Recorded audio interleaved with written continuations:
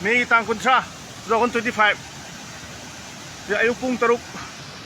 patri mga taruk ta ka dore simuk te ngong gate se nahan tang kun tare tagi hauna khoi hari ba gate singa se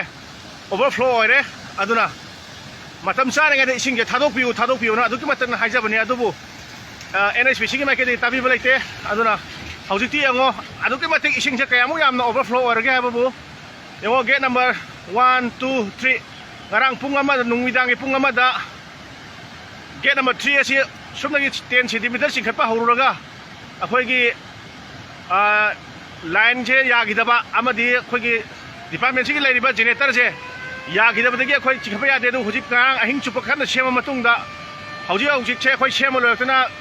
gate singe makhata na chingkhana nabagi damakta project silent khongba hore ado makhata ba update on pijara ke hujik ke ngo adu badi akan mo na overflow ore hujik lairiba je 769.82 yaure abistinda